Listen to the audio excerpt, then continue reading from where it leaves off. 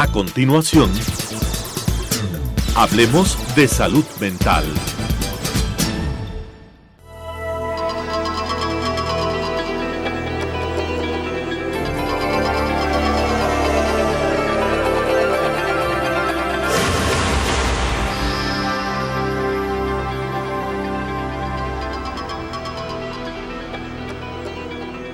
Señoras y señores, muy buenos días. Bienvenidos a que hablemos de salud mental. Señores televidentes, buenos días. Nuevamente en su programa Hablemos de Salud Mental.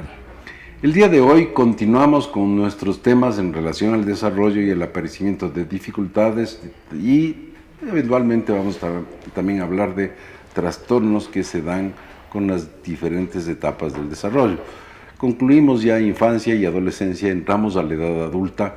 Esta edad adulta, pues algunos la consideran alrededor después de los 18 años, hay otros que consideran que después de los 21 años comenzaría la edad adulta temprana, ¿no? Porque se habla ahora de edad adulta temprana, media y tardía. Que antes decían que la juventud, son cosas convencionales, ¿no?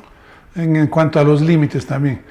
Antes se decía desde los 25 es adulto. Yo creo que ahora, esto que hablábamos, los cambios culturales, sociales, pues también han ido adelantando. Fíjate, por ejemplo, en nuestro país ya a los 16 años uno puede ser elegido y elegir. Entonces, eso implica también como que se ha corrido hacia abajo, se ha cortado, ¿no? Exactamente. Entonces ya se les da más responsabilidades. Responsabilidades de adulto. Es decir, es. El elegir los gobiernos, bien o mal que lo hacemos en este país y en muchos otros, es una responsabilidad. Es decir, voy a llevar mi voto con la responsabilidad de que este voto va a ser razonado. Voy a tratar de encontrar cuáles son las personas que creo yo serían las idóneas, las más adecuadas para llevar las riendas de mi ciudad o de mi país. Yo creo que es una cosa buena porque también se le da más responsabilidad y a lo mejor también se da la oportunidad de tratar estos temas en familia, ¿no? No, sin que eso signifique una influencia, ni mucho menos, pero al menos el cambio de opiniones, que yo creo que siempre va a ser edificante para padres y para hijos en este tema. Pero entonces, edad madura temprana, intermedia, juventud, como se quiera llamarlo. Como habíamos señalado, al terminarse la adolescencia, uno ya tiene que haber encontrado a qué me voy a dedicar. Y yo creo que en el momento actual hay muchos jóvenes que ingresan a la universidad todavía sin saber qué mismo es lo que quieren, qué mismo es lo que ellos han llegado a concluir que es lo adecuado para su vida. Y uno tiene que pensar de que lo que uno va a escoger como profesión es algo que le va a definir como persona. ¿Qué soy yo? Soy médico, soy aviador, soy carpintero, soy lo que hago. Y esto lo voy a hacer el resto de la vida. Y si es que uno lo hace adecuadamente, si escogió las aficiones y las cualidades adecuadamente, probablemente va a ser una fuente de satisfacción para el resto de la vida. De otra manera, también podría ser una fuente de insatisfacción a lo largo de la vida. Que no es raro ver, ¿no? Hay gente inclusive que termina una carrera universitaria y dice, ahí recién me he dado cuenta de que esto no es para mí, de que esto no me ha gustado. Yo creo que ocasionalmente sí se ve en consulta pacientes que justamente van con esa inquietud y con toda la ansiedad y las consecuencias que eso trae, ¿no? De haber concluido una carrera universitaria, haber estado 4 o 5 años estudiando algo para darse cuenta que no les satisface, que no es lo que quisieran hacer de su vida. Yo creo que ahí se dan crisis existenciales también, ¿no? A los 24, 25 años en algunas personas en relación justamente con la carrera elegida. Y claro, siempre es mejor identificar que no es algo que yo creo que debo seguir haciendo el resto de mi vida porque no voy a obtener satisfacción y también no voy a ser bueno. Las personas que son buenas en lo que hacen es porque aman lo que hacen, porque les gusta lo que hacen. Y esto es fundamental. Si voy a hacer algo que no me gusta el resto de la vida, lo voy a hacer mal y no me va a dar satisfacción. Entonces es preferible decir, no, esto no es y voy a recomenzar, que mantenerse haciendo algo que va a ser fuente de insatisfacción. Sí, sería lo ideal, obviamente, pero hay muchos inconvenientes, muchas cosas de por medio que también hace que a lo mejor no sea muy fácil el cambio, el acertar en lo que hacen. Pero más difícil va a ser vivir con esa cosa. Más difícil, por supuesto, o no lo van a, si no lo hacen con agrado, no lo van a hacer bien. Y hay ciertas profesiones en las cuales el no hacer bien pueden significar unas diferencias muy grandes, ¿no? Bien, entonces la definición de profesión es una de las tareas y logros importantes de esta etapa. Esta etapa, la juventud, la edad adulta temprana, que va entre los 20, 18 hasta los 30, desde los 21 hasta los 30 aproximadamente, también exige otra definición. Freud, el psiquiatra vienés, austríaco vienés, definía la madurez como la capacidad de amar y la capacidad de trabajar. Y para las dos cosas se necesitaba madurez, es decir, necesita madurez para escoger a la profesión a la que uno se va a dedicar, es decir, la capacidad de trabajar. Y se necesita madurez para escoger a la pareja, la persona con la cual yo quiero hacer mi vida. Esa es otra de las definiciones importantes en este periodo de la vida.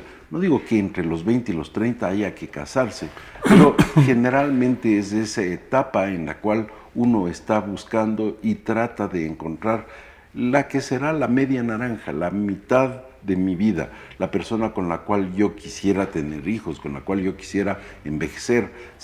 Generalmente tiene que darse en estas etapas y probablemente yo diría un poco más allá de los 30 y extendería tal vez hasta los 35. Ahora hay una tendencia de los jóvenes a casarse un poco más tarde cuando se han definido sus profesiones, se han definido una serie de cosas, pero yo creo que es esta etapa, la de la adultez temprana, en la cual se definen estos dos importantes elementos que están ligados a la madurez.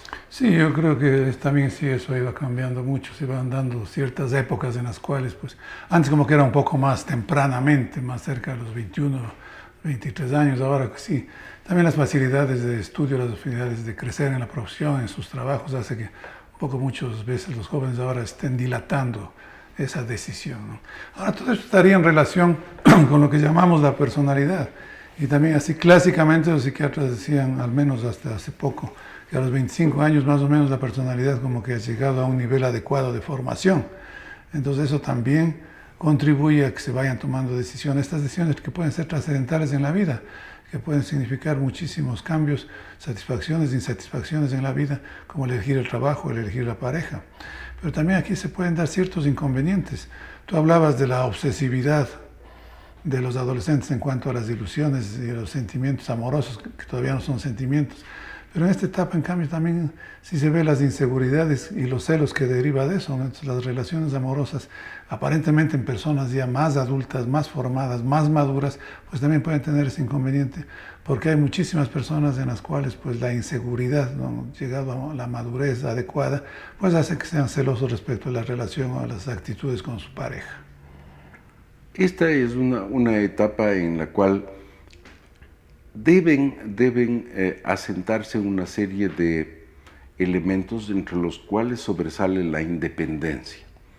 Es decir, cuando uno ha logrado madurez, ha logrado capacidad de amar y capacidad de trabajar, es de una manera u otra también una persona que ha logrado independencia. Y la independencia económica va de la mano con la independencia emocional que tienen las personas. Hay algunas profesiones que pueden extender mucho. Tómense en cuenta de que en los últimos 100 o 200 años, el madurar, el llegar a ser independiente, se ha ido haciendo cada vez más complicado. En sociedades primitivas, paso a la madurez era un momento dado en donde ya desde este momento tú eres la persona madura porque tienes la capacidad de casar. Y al tener la capacidad de casar, tú tienes la capacidad de alimentar a una familia y por lo tanto eres maduro. En la Edad Media bastaba ser bachiller, es decir, el bachiller era un título altísimo de conocimientos. Ahora ser bachiller es realmente la mitad del camino probablemente para muchas de las profesiones. Comienzo del camino, diría yo. Pero en un momento dado en la historia, el ser el bachiller Era un logro, de Rojos, un logro importantísimo, era claro, importantísimo. un logro imponente. Y eso iba cambiando, luego era el grado tercer nivel que se llama ahora. Y Exacto. también eso ya no es suficiente. Lo que tú señalas, terminaba medicina y uno ya era el médico, ¿no? El médico que generalmente era médico familiar. Después vienen las especialidades como un elemento adicional. Entonces ya nadie quería quedarse solo de médico. O se decía, es que se ha quedado solo de médico. Solo de médico general. Y Eso ya entonces era no ha tenido menos. ninguna especialidad. Entonces se alargó ya más el número de años de estudio y de dependencia. Y así en una enorme cantidad de profesiones ya no es suficiente ser economista o ya no es suficiente ser periodista. Ahora hay que tener una maestría y la maestría implica un número de años Tiempo adicional de adicionales estudio, por y supuesto. muchas veces un incremento del tiempo de dependencia económica de las familias. Porque si bien es cierto, buena partida de la gente empieza a pagarse ellos mismos sus maestrías y esas Sí, cosas, hay créditos, otros facilidades, todo eso, pero de todas maneras no logran No esa hay independencia que tú independencia. mencionabas. Así es. que podría traducirse también en contraer matrimonio. Entonces también ese ha sido uno de los elementos que ha ido retardando, por ejemplo, el que uno tiene que casarse un poco más tarde porque con el sueldo de ahorita que tengo no me alcanza. Bueno, yo creo que también habría otras implicaciones de orden emocional ahí, ¿no? En cuanto a lograr una independencia total, un alejamiento de la casa paterna. Si todavía está estudiando, tiene que sacar una maestría, no se diga un doctorado. Sí, hay muchas facilidades económicas, crediticias, becas y todo eso, pero de todas maneras todavía permanece ligado. O si ha formado ante su familia, pues no sé qué tan armónica va a ser esa familia si tiene que estar ocupado más bien en desarrollar un mayor grado académico, ¿no? Ahora yo señalaría una de las cosas interesantes de los cambios culturales que vive nuestra sociedad. Es como antes era normal y bien visto que alguien soltero, sea la edad que sea, siga siendo parte del núcleo familiar y viviendo en la casa de los papás. En el momento actual, una enorme cantidad de jóvenes ya a cierta edad que creen y sienten que deben ya salir a ser independientes y arrendarse su departamento, lo que sea, y vivir independientes. Yo creo que es muy bueno eso. Creo que es una buena opción. Yo creo que puede ayudar mucho al desarrollo emocional del joven. O sea, ya pero ha marcado un enorme cambio cultural. Igual que antes no ibas a vivir con tu pareja si no te habías casado por las 7 iglesias. Ahora mucha gente primero hace la prueba. Vivamos juntos a ver qué pasa, ¿no? Casémonos por unita, por lo menos. Con ni una. Bien, creo que nos vamos a unos anuncios y regresamos con ustedes en un minuto. De repente se acercó y me besó. Fue un impulso. Solo lo abracé, le di un beso en los labios y corrí. Porque yo tenía entonces 20 años y no pensaba casarme en ese tiempo. Le pedí su teléfono y no quiso darme. Creo que yo le gusté primero, seguro, ya que... Es un ángel. La conocí en una tienda. Fue en una clase donde la conocí. Y me dijo, tengo la mujer perfecta para ti. Y él sabía bailar, pero no muy bien. Era mi media naranja. Es mi reina, pero yo soy el rey. Le dije, te quiero preguntar algo y ella dijo, ¿qué? Y de rodillas, yo La vi reírse y temblar. Está muy apenada. no sé si dije, ¿te casas conmigo o quieres ser mi esposa? ¿Quieres ser mi esposa? Se me declaró en mi cumpleaños. Y ella dijo, sí, ¿estás seguro? Perdón.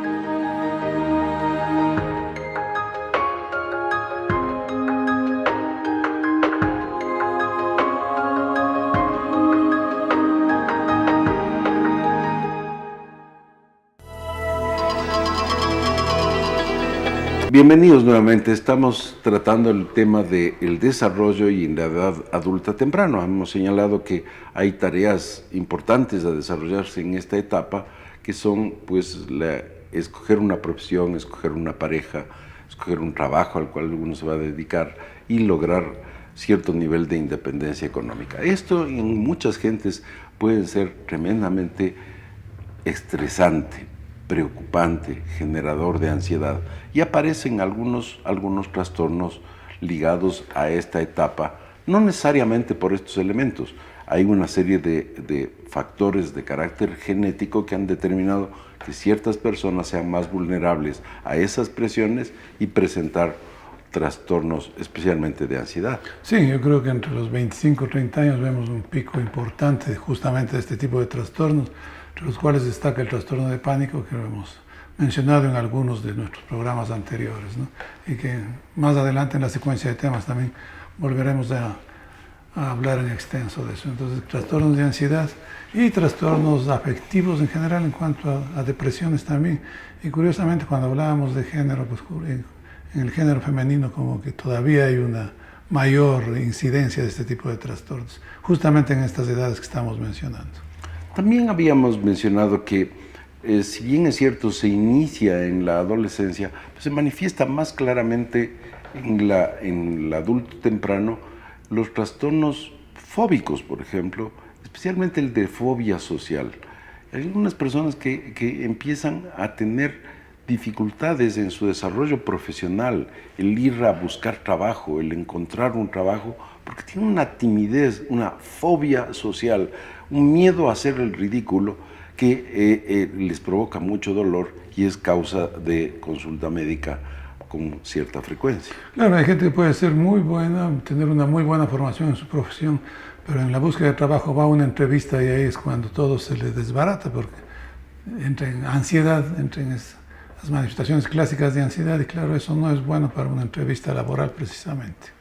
Y entonces esta fobia social determina que muchas veces no se consiga un trabajo adecuado, o si ya se consiguió un trabajo, no se tenga las promociones que debería tener, porque esta persona empieza a sentirse como más cómoda, convirtiéndose en invisible. Y para que uno le califiquen, que le promuevan, etcétera, tiene que ser visible, tiene que reconocer sus propios méritos y hacerles que el resto de la gente también los reconozca. Pero el fóbico social prefiere ser invisible, que casi no existe, y eso puede resultar doloroso para él. Claro, porque eso le mantiene tranquilo, no le genera la ansiedad que genera la exposición al público, que es lo que se ve en fobia social.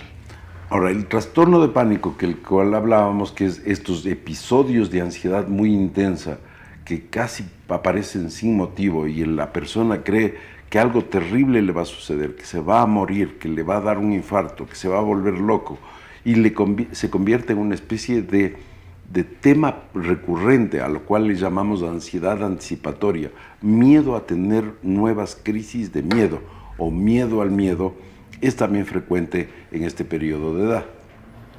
Sí, yo creo que más o menos son las patologías que vemos. Y quizás habíamos hablado de que el trastorno obsesivo-compulsivo, que todavía es parte de los trastornos de ansiedad, iniciándose sus primeras manifestaciones a los 12, 13 años, pues muchas veces es en estas edades cercanas a los 30. Cuando se da la consulta, ¿no?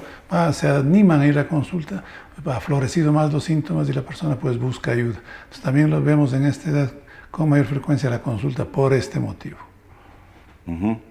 Y depresión, probablemente en mujeres va a ser la frecuencia mayor entre los 20 y los 40 años, es un periodo en donde la depresión aparece con muchísimo más frecuencia que en otros grupos etarios.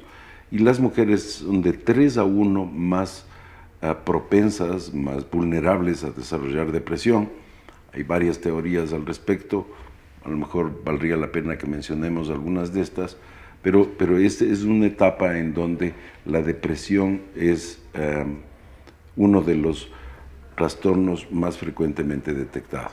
Sí, igual son muchas veces la edad en la cual se da el primer embarazo y en el primer parto podría también haber una incidencia de estos problemas depresivos, ¿no? Sí, se dice que las mujeres tienen más incidencia de cuadros depresivos, hay varias teorías, desde algunos que desvirtúan totalmente eso, dicen que no es real, que son las estadísticas mal hechas, otros que dan mucha influencia al factor hormonal, por ejemplo, otros dan mucha influencia al factor cultural. Yo creo que cuando topemos el módulo de depresión debemos insistir en estas diferencias que hay. En la etapa tardía, entre los 30 y los 40 de esta edad temprana, de la adultez temprana, también aparece el trastorno bipolar. el trastorno maníaco depresivo, como se le conocía antes, y se le ha ido denominando con más frecuencia la bipolaridad, esta fluctuación en estados de ánimo en los cuales hay euforia y alegría exagerada por un lado, alternado con periodos de depresión severa por el otro. Sí, claro que lo que estamos hablando son edades en las cuales se ve con más frecuencia, lo cual no implica que no pueda empezar antes o empezar después. Eso yo creo que es bueno aclarar pero para nuestros televidentes. Pero los picos más altos se dan a estas edades justamente. Y alrededor de los 40 todavía se habla clásicamente de los estados paranoides, de las celotipias delirantes, es decir, cuadros medios emparentados con la esquizofrenia iniciada en la adolescencia o no iniciada, y que se empiezan a dar estas manifestaciones a esta edad, que también no son casos muy frecuentes, pero cuando se los ve alrededor de los 40, ¿no? Esta etapa es también importante por el aparecimiento de la maternidad o la paternidad, lo cual puede generar enormes satisfacciones y en un porcentaje felizmente pequeño de parejas enorme dolor, es decir, la dificultad de engendrar, de quedarse embarazado, pese a que en este momento tenemos grandes avances científicos que permiten inseminación artificial, aumento de la probabilidad de óvulos que salgan en cada una de los periodos menstruales, corrección de los elementos como el número de espermatozoides que puede estar disminuidos en los varones, etcétera, etcétera. Sigue siendo una de las etapas en las cuales puede ser una fuente de enorme satisfacción, así como también una enorme frustración y dolor. Y es importantísimo esto porque mucha gente tiene estas dificultades o tiene problemas de infertilidad, y los conflictos de pareja que se arman, las reacciones emocionales depresivas, de ansiedad que se dan en ese tipo de personas, pues realmente son importantes. Y claro, además corresponden a algo objetivo, a algo real que está ahí. Es como, no es solo que ya se va a pasar, de que el problema se va a solucionar, pues porque muchas veces no hay solución. Tú acabas de mencionar, hay muchísimas técnicas ahora para lograr una fertilización, pero hay personas en las cuales no funciona nada. Entonces eso sí es un serio problema. Y eso pues lleva a trastornos afectivos, generalmente a trastornos en la relación de la pareja, pues sentimientos de culpa o de echarse la culpa mutuamente, pues y eso también podemos ver justamente en estas edades, porque además, como hay la creencia de que ya es hora de que la mujer se embarace, estamos hablando de 34, 35 años, ya es hora que la familia presiona, hay una presión social que fue para cuando ya llevan 4 o 5 años casados y no se ha embarazado, pues todo esto también marca el desarrollo y la estabilidad psíquica en estas edades.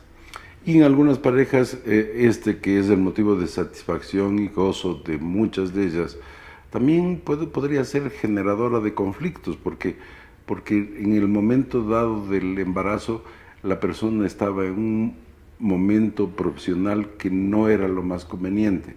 O la otra fuente de conflicto es que el niño salga con algún defecto.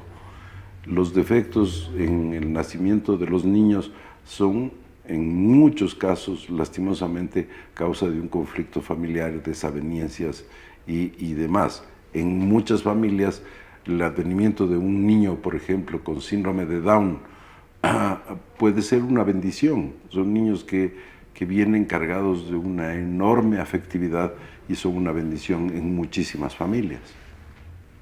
Pero no son evidentemente del agrado de toda la familia, y siempre hay una serie de mitos, de temores, de miedos sobre esta patología, ¿no? Y lo que tú decías, problemas familiares, ¿no? Que inclusive desbordan a la pareja, porque muchas veces van a empezar a echarse la culpa, entre comillas, de por qué ha salido así o por qué salió de tal o cual forma el niño. Eso digo, puede ser una fuente de satisfacción en un gran número de parejas, pero podría ser, como estamos hablando de estas edades, motivo de dolor, motivo de conflicto, motivo de insatisfacción o desavenencias en otro grupo de parejas en los cuales van a abordar de una manera diferente este problema. En unos puede unirlos, en otros puede desunirlos. Todo depende de cómo ha sido esa pareja previamente también, ¿no? ¿Qué es lo que esperaba? ¿Qué bases sólidas o no sólidas tenía? ¿Qué proyección futura se daba? Es decir, la individualidad dentro de una gran generalidad, ¿no? Bien, no sé cómo andamos de tiempo, pero creo que con esto hemos concluido la etapa del desarrollo de la adultez temprana, tratando de cubrir desde los 20 hasta los 40 años más o menos. Sí, nos faltarían los 40, 60 y la tercera y cuarta edad que ya se menciona actualmente, ¿no? ¿Se habla de cuarta edad? ¿Cuál es esa? A ver, cuéntame, los doctor. 80.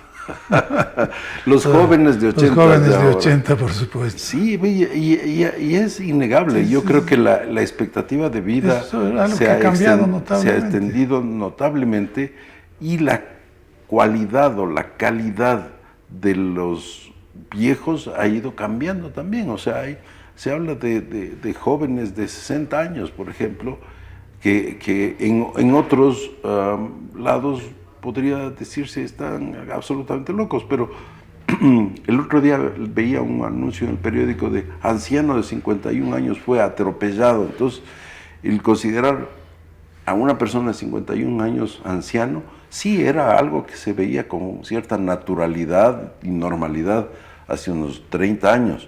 Claro, en el momento actual, que nosotros hemos ya pasado esa edad, anciano de 51 años no es todavía alguien que se le considera anciano. Todavía no nos sentimos cómodos con esa definición. Bien, les esperamos la próxima semana para que sigamos hablando de salud mental. Hasta la próxima semana. Buenos días.